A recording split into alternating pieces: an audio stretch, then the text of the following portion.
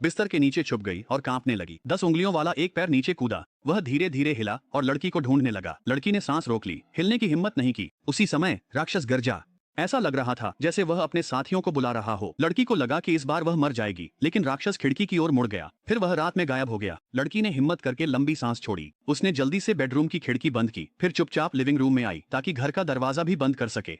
अचानक छत से अजीब सी आवाज आने लगी। एनी ने फिर से महसूस किया कि उसका दिल उसके गले में धड़क रहा है। वह बस अपने कदम तेज कर सकती थी और नीचे की ओर भागी। उसने सोचा कि दरवाजा बंद करने के बाद वह सुरक्षित है, लेकिन अचानक सभी उपकरणों की लाइटें झपकने लगीं और उनमें से कान फाड़ देने वाली आवाजें आने लगीं। उसने जल्दी से बिजली की सप्लाई निकाल दी और आखिरकार सब कुछ शांत हो गया। एनी ने पुलिस को फोन करने के लिए रिसीवर उठाया, लेकिन तेज आवाजें फिर से शुरू हो गईं और फ्रिज भी डरावना हो गया।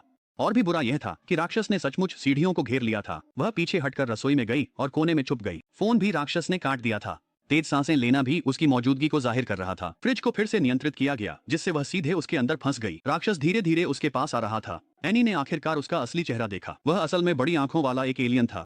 एनी चीखी और राक्षस को धक्का दे दिया। फिर एनी दरवाजे की ओर भागी, लेकिन राक्षस ने दरवाजे को अपने नियंत्रण में ले लिया। लड़की तुरंत बेहोश हो गई।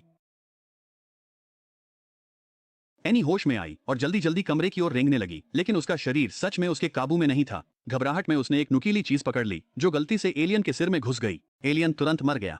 एनी सदमे से बेहोश हो गई। अगले दिन जब वह उठी तो उसने जमीन पर गिरे एलियन को देखा। एनी को एहसास हुआ कि पिछली रात जो कुछ भी हुआ वह सब सच था। उसने एलियन को ढकने के लिए एक कपड़ा लिया। फिर उसने पुलिस को फोन करना चाहा, लेकिन उसके घर का फोन अब काम नहीं कर रहा था और सभी इलेक्ट्रॉनिक उपकरणों ने अपनी कार्यक्षमता खो दी थी। स्पष्ट था कि एलियन सभी विद्युत चालित वस्तुओं को नियंत्रित कर सकता था।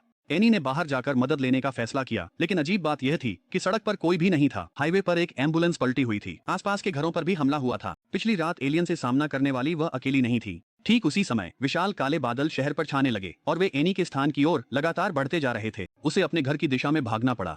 रास्ते में उसने अपने पड़ोसियों को देखा जो अजीब तरह से गायब हो गए थे। वे सब एक साथ थे। दाहिनी हथेली ऊपर थी और वे बिना भाव के काले बादलों की ओर देख रहे थे। यह दृश्य डरावना था और लग रहा था जैसे उनके गले में कुछ हिल रहा हो। फिर एक आदमी ने एनी को देख लिया। वह रुकने की हिम्मत नहीं कर पाई और वहां से भाग गई। काला बादल और भी करीब आता जा रहा था। एनी को पूरा यकीन था कि एलियन बदला लेने आएंगे, इसलिए उसने खुद को संभाला और एक लाइटर निकालकर मोमबत्तियां जलाईं ताकि घर में रोशनी हो सके और 4 बर्तन पानी उबालने के लिए चढ़ा दिए। वह एलियनों से आखिरी दम तक लड़ने के लिए तैयार थी।